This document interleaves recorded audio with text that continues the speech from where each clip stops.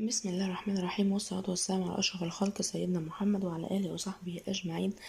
حبايب قلبي وحشتوني. النهاردة هنعمل عيش الفينو بطريقة تانية غير اللي عملناها.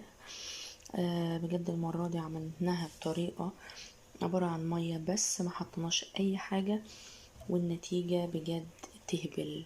النتيجة بجد عيش، سر عيش الأفران بالظبط. النتيجة عجباني جدا.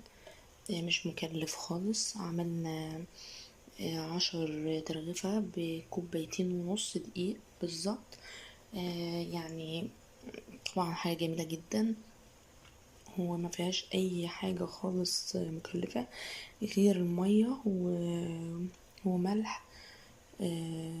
حاجة بسيطة وسكر، حاجة من البيت كلها، وهما كوبايتين ونص دقيق عملنا بيهم احلى 10 رغيف عيش فينو.